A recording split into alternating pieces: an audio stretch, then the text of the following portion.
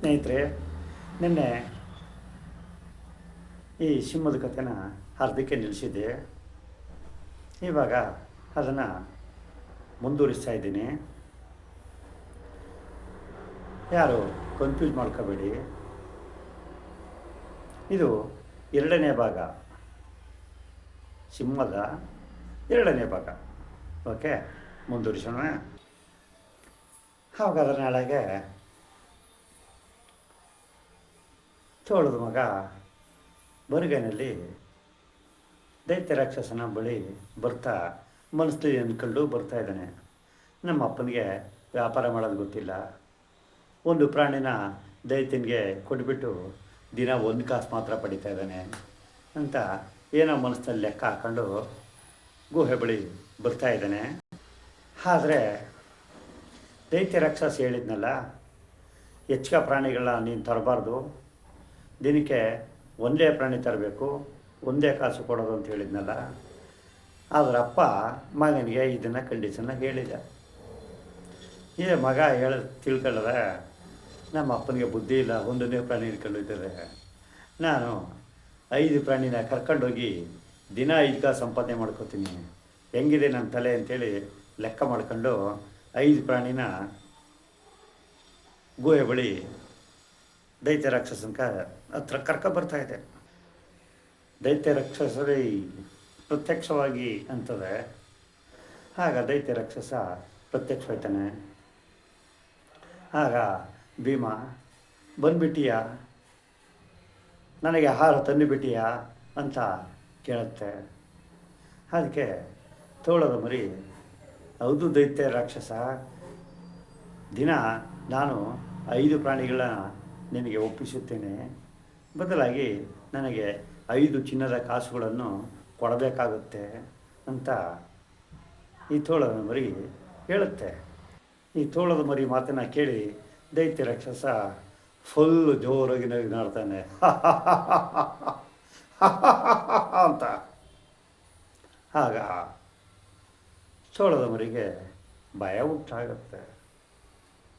ನೀವು ಯಾಕೆ ನಗ್ತಾ ಇದ್ದಾರೆ ದೈತ್ಯ ರಾಕ್ಷಸ ಅಂತ ರಾಕ್ಷಸನ ಕೇಳ್ತಾ ಇದೆ. ಅದಕ್ಕೆ ದೈತ್ಯ ರಾಕ್ಷಸ ಹೇಳ್ತದೆ, ನಾನು ದಿನಕ್ಕೊಂದು ಪ್ರಾಣಿ ಅಂತ ತಗೊಬ ಅಂತ ಹೇಳಿದ್ವಿ, ಒಂದು ಪ್ರಾಣಿ ಮೇಲೆ ಇನ್ನೊಂದು ಚೂರು ಹೆಚ್ಚು ತರಬಾರ್ದು ಅಂತ ಹೇಳಿದ್ದೀವಿ. ನಿಮ್ಮಪ್ಪ ಆ ಪಾಯಿಂಟ್ನ ನಿನಗೆ ತಿಳಿಸಿಲ್ಲ, ಹಾಗಾಗಿ ಇದರ ಸೈಡ್ ಎಫೆಕ್ಟ್ ಏನು ಅಂತ ನಾನು ಹೇಳ್ತೀನಿ ಅಂತ ದೈತ್ಯ ರಾಕ್ಷಸ ಆ ತೋಳದ ಮರಿಗೆ ಹೇಳುತ್ತೆ. ಆಗ ದೈತ್ಯ ರಾಕ್ಷಸ 6 ಮಂದಿ ಆಗ್ಬಿಡ್ತದೆ. 6 ಮಂದಿ ಆದ ತಕ್ಷಣ ತೋಳನಿಗೆ ಹೆದರಿಕೆ ಆಗುತ್ತದೆ.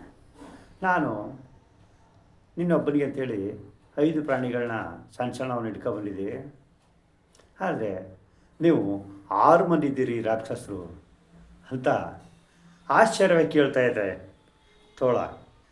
ಅದಕ್ಕೆ ರಾಕ್ಷಸ ಅನ್ನತ್ತೆ, ಅದು 5 ಪ್ರಾಣಿಗಳು 5 ಮಂದಿಗೆ, ಇನ್ನೊಬ್ಬನಿಗೆ ನಿನ್ನೆ ತಿನ್ನೋಕೆ ಬಯಸ್ತಾ ಇದ್ದೀವಿ, ಅಲ್ಲಿ ಸರಿಯತ್ತಲ್ಲ 6 ಮಂದಿ ಅಂತ ನಗ್ತಾ ಇದೆ ರಾಕ್ಷಸ. ಅದಕ್ಕೆ ತೋಳದ ಮರಿ ಹೇಳ್ತದೆ, ನೀವು ನನ್ನನ್ನು ಕೊಲ್ಲುತ್ತೀರಾ, ಕೊಂದು ತಿನ್ನುತ್ತೀರಾ ಅಂತ ತೋಳದ ಮರಿ ಕೇಳ್ತದೆ. ಅದಕ್ಕೆ ರಾಕ್ಷಸ, ಇದನ್ನು ಮೊದಲೇ ನಿಮ್ಮ ಅಪ್ಪನಿಗೆ ತಿಳಿಸಿದ್ದೆ ಅನ್ನತ್ತೆ.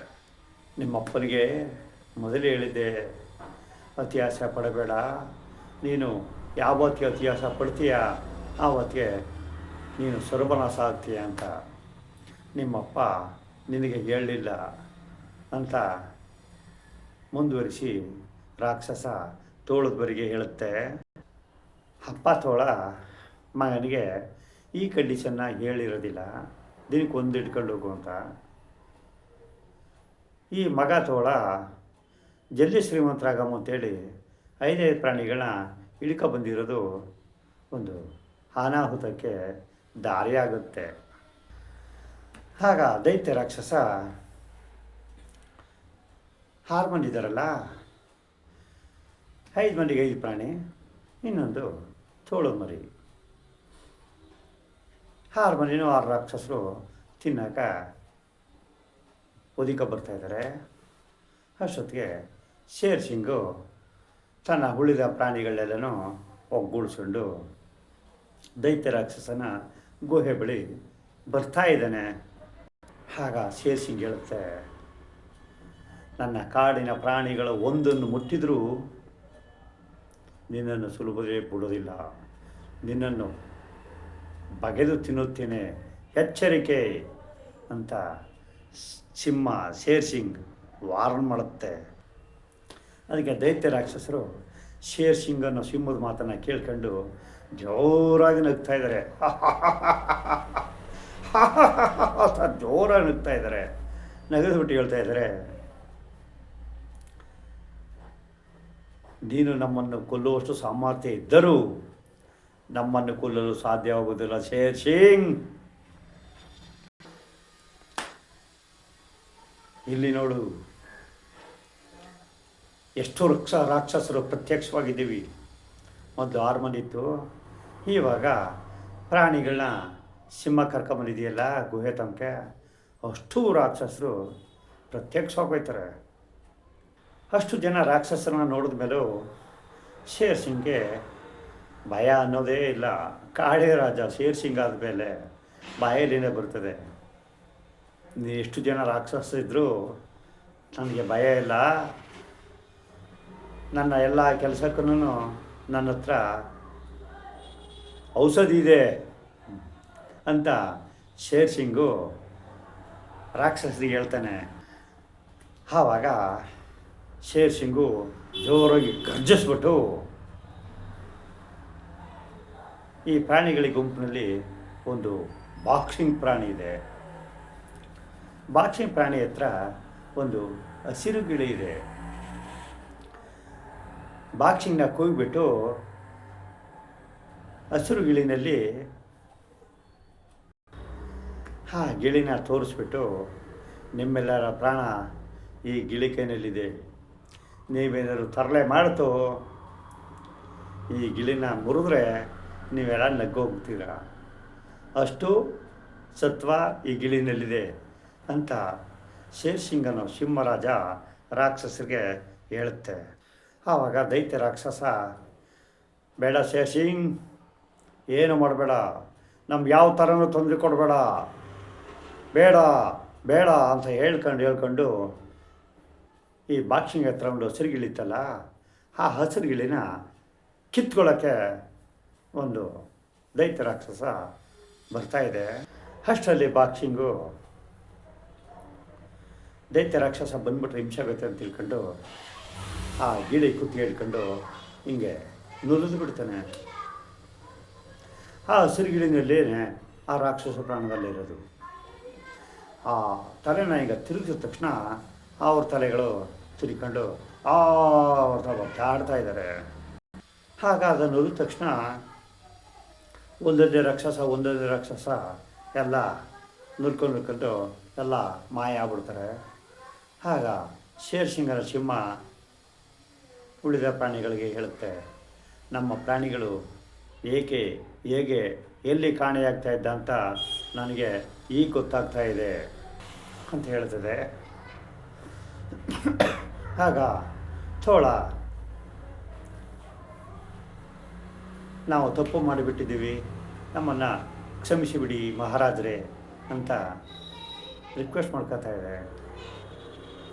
ಆಗ ಸಿಂಹ ಹೇಳ್ತದೆ, ನೀನು ನಿಮ್ಮಪ್ಪ ಇಬ್ಬರು ಸೇರಿಕೊಂಡು ಕಾಡಿನ ಸುಮಾರು ಪ್ರಾಣಿಗಳನ್ನ ನಾಶ ಮಾಡಿದ್ದೀರಿ, ಹಾಗಾಗಲಾಗಿ ನಿನ್ನನ್ನು ಕ್ಷಮಿಸಲು ಸಾಧ್ಯವಿಲ್ಲ ಅಂತ ಹೇಳುತ್ತೆ. ಆಗ ಕಾಡಿನ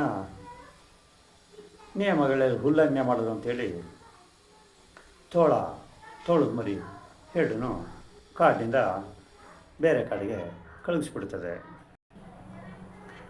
ಆಮೇಲೆ ಎಲ್ಲ ಪ್ರಾಣಿಗಳು ತುಂಬ ಸಂತೋಷದಿಂದ, ತುಂಬ ಆನಂದದಿಂದ ಆಟ ಆಡಿಕೊಂಡು ತಮ್ಮ ಇಷ್ಟ ಬಂದಾಗೆ ಜಾಲಿಯಾಗಿರ್ತವೆ. ಆವತ್ತಿನಿಂದ ಯಾವುದೇ ಪ್ರಾಣಿಗಳು ಕಣ್ಮರೆ ಆಗಿರೋದಿಲ್ಲ. ಯಾಕಂದರೆ ದೈತ್ಯ ಮಾನವನೇ ಮಾಯ ಆಗ್ಬಿಟ್ಟಿದ್ದಾನೆ ಇಷ್ಟಕ್ಕೆ ಈ ಕತೆ ಮುಗೀತದೆ. ನಾಳೆ ಬೇರೆ ಕತೆ ಜೊತೆಗೆ ಬರ್ತೀನಿ. ನೀವು ಮಾಡಬೇಕಾದಿಷ್ಟು, ನನ್ನ ಕತೆಗೆ ಯಾರ್ಯಾರು ಲೈಕು ಕಾಮೆಂಟು ಕೊಡ್ತಾಯಿಲ್ವೋ, ಕತೆ ಕೇಳ್ಕೊಂಡು ಹಂಗಂಗೆ ಇರ್ತೀರೋ ಅವರೆಲ್ಲ ಪ್ಲೀಸ್ ಒಂದು ಲೈಕು ಒಂದು ಕಾಮೆಂಟ್ ಹಾಕಿ ಅಂತೇಳಿ ಕೇಳ್ಕೊತಾ ಇದ್ದೀನಿ. ಸಬ್ಸ್ಕ್ರೈಬ್ ಆಗದಿದ್ದರೂ ಸಬ್ಸ್ಕ್ರೈಬ್ ಆಗಿ ಅಂತ ಕೇಳ್ಕೊತಾ ಇದ್ದೀನಿ. ಯಾಕಂದರೆ ನಾನು ಹೇಳೋದಿಷ್ಟೇ, ದಿನ 20 ಗಂಟೆ ಟೈಮು ಯೂಟ್ಯೂಬ್ನಲ್ಲಿ ಟೈಮ್ನಲ್ಲಿ ವೇಸ್ಟ್ ಮಾಡ್ತಾಯಿದ್ದೀವಿ. ನಾವು ಮಲಗದೆ 4 ಗಂಟೆ. ಈ ವಿಡಿಯೋ ಮಾಡಿದ್ಮೇಲೆ ಕರೆಕ್ಷನ್ನು, ಆಲ್ಟ್ರೇಷನ್ನು, ಅಪ್ಲೋಡು, ವಿಡಿಯೋ ನೋಡೋದು, ಮತ್ತು ಲೈವ್ಗಳಿಗೆ ಅಟೆಂಡ್ ಆಗೋದು, ಮತ್ತು ಸಬ್ಸ್ಕ್ರೈಬ್ನ ಕಲೆಕ್ಟ್ ಮಾಡ್ಕೊಳ್ಳೋದು, ನಾವು ಲೈವ್ ಅಟೆಂಡ್ ಮಾಡೋದು, ಇವೆಲ್ಲ ಕಾರ್ಯಕ್ರಮಗಳು ಇರ್ತವೆ. ದಿನಕ್ಕೆ 18ರಿಂದ 20 ಗಂಟೆ ಟೈಮು ಯೂಟ್ಯೂಬ್ಗೆ ನಾವು ಇನ್ವೆಸ್ಟ್ ಮಾಡ್ತಾಯಿದ್ದೀವಿ. ಹಾಗಾಗಿ ತಮ್ಮಲ್ಲಿ ರಿಕ್ವೆಸ್ಟ್ ಮಾಡ್ಕೊತಾಯಿದ್ದೀನಿ, ನಮ್ಮನ್ನು ಮತ್ತೆ ನೀವು ಲೈಕ್ ಕೊಡಿ, ಕಾಮೆಂಟ್ ಕೊಡಿ ಅಂತ ಕೇಳಿಸ್ಬೇಡಿ. ನೀವು ಕತೆ ನೋಡಿದ ತಕ್ಷಣ ನೀವು ನನಗೊಂದು ಲೈಕ್ ಕೊಟ್ಟರೆ ನನಗೆ ತುಂಬ ಉಪಯೋಗ ಆಗುತ್ತೆ ಅಂತೇಳಿ ಈ ಕತೆನ ಮುಗಿಸ್ತಾ ಇದ್ದೀನಿ. ನಾಳೆ ಸಿಗೋಣ. ಬಾಯ್, ನಮಸ್ಕಾರ.